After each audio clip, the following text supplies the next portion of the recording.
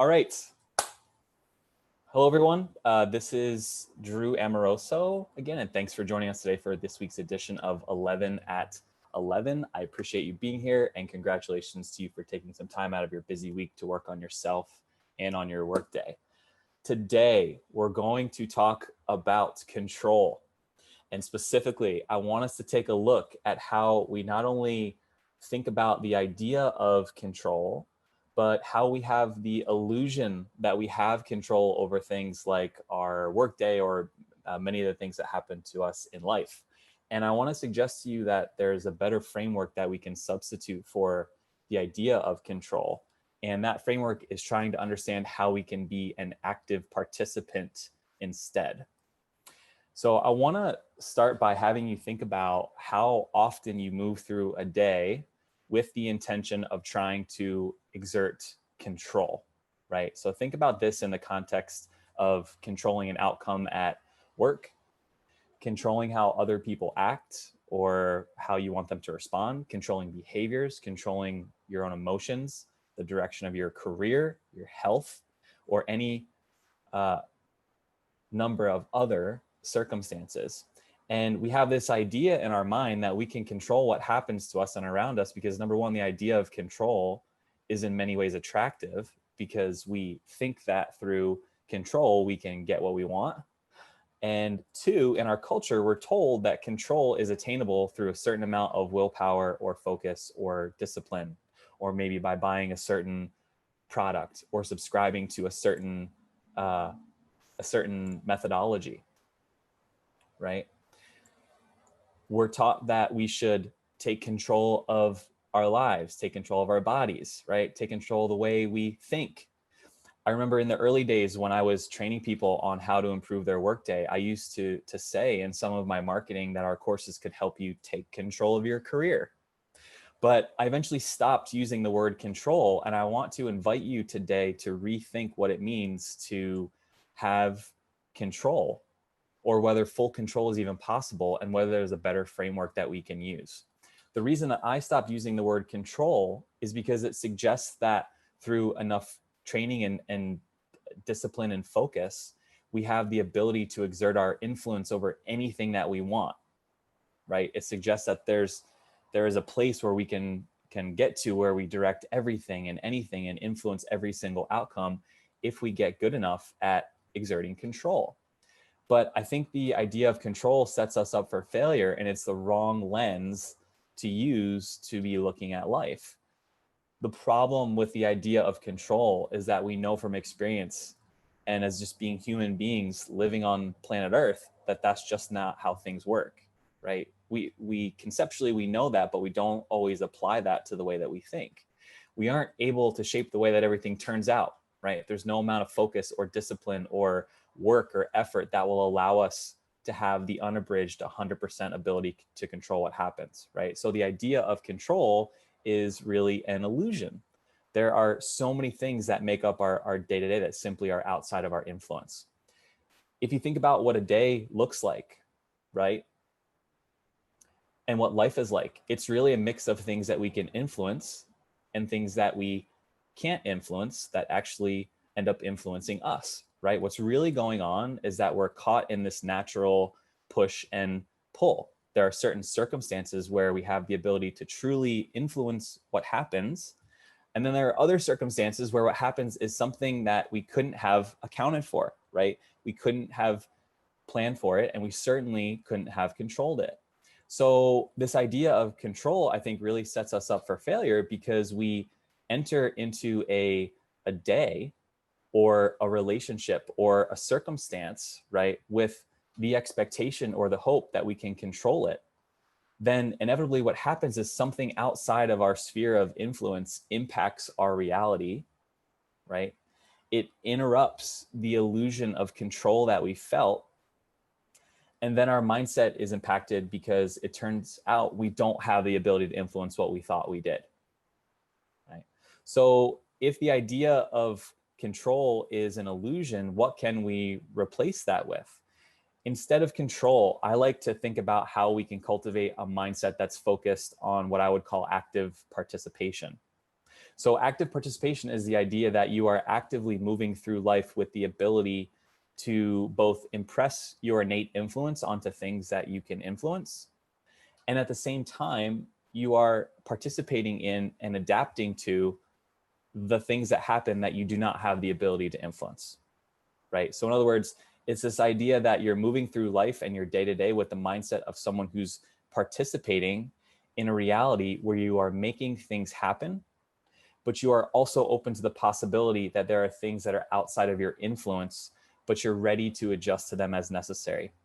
So I think if you want a good visual of this, I like to kind of think of active participation as swimming in the ocean. And that's something I've been doing a lot of recently. I'm in Newport Beach and have been for the last couple of months. And just about every morning I get up and I go for a swim. If you've ever swam in the ocean, there are certain things you can account for, right? You can swing your arms, you can paddle your legs, you can change direction, you can go faster, you can go slower, you can move towards a certain spot that you want to swim towards. But while all of this is happening, you are still subject, right, to the push and the pull and the up and down that the tide brings to you, right? So you can influence the way that you swim and the direction you're swimming and your speed, but it's all subject to this natural flow that the ocean has that you'll just never have the ability to control, right? And if you approach life as an active participant, then you can account for this natural push and pull that we experience in life, right? It allows you to let the unexpected enter your life and gives you the ability to adapt and adjust because you aren't confined to the rigidity that comes with trying to exert control, right? Being an active participant allows you to grow faster and bigger than you ever would be able to by trying to control something, because you're always taking the direction of the tide and any changes that are happening into account, and you're using those things to your advantage, right? Instead of being married to what you wanted it to be.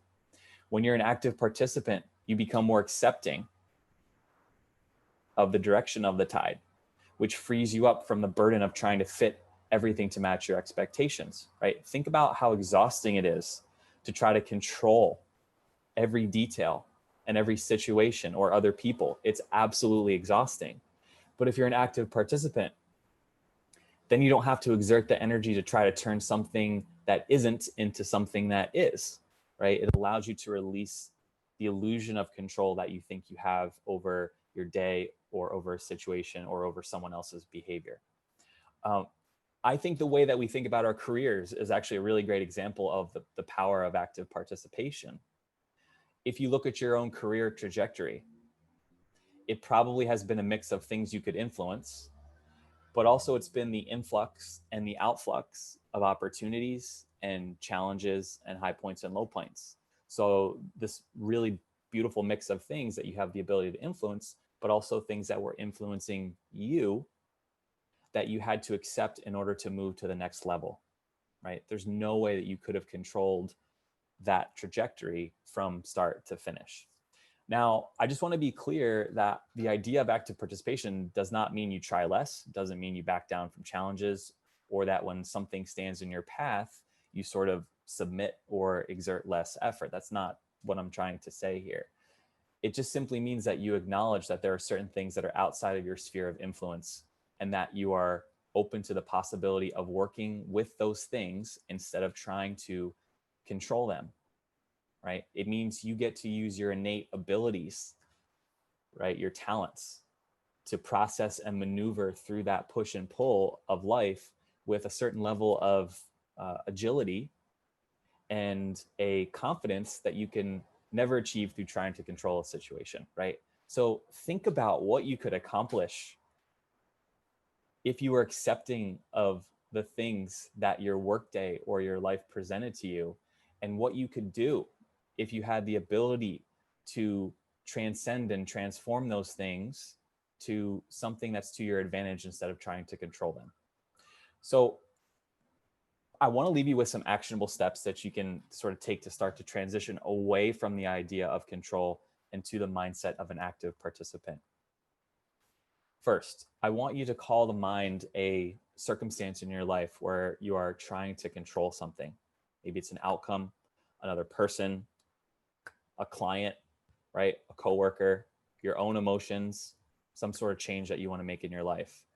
And I want you to consider how you've been thinking about this particular dynamic. Maybe you've been spending your good energy being frustrated about the things that you can't control. Or maybe you've been spending your time trying to figure out how you can control something that you can't influence ever.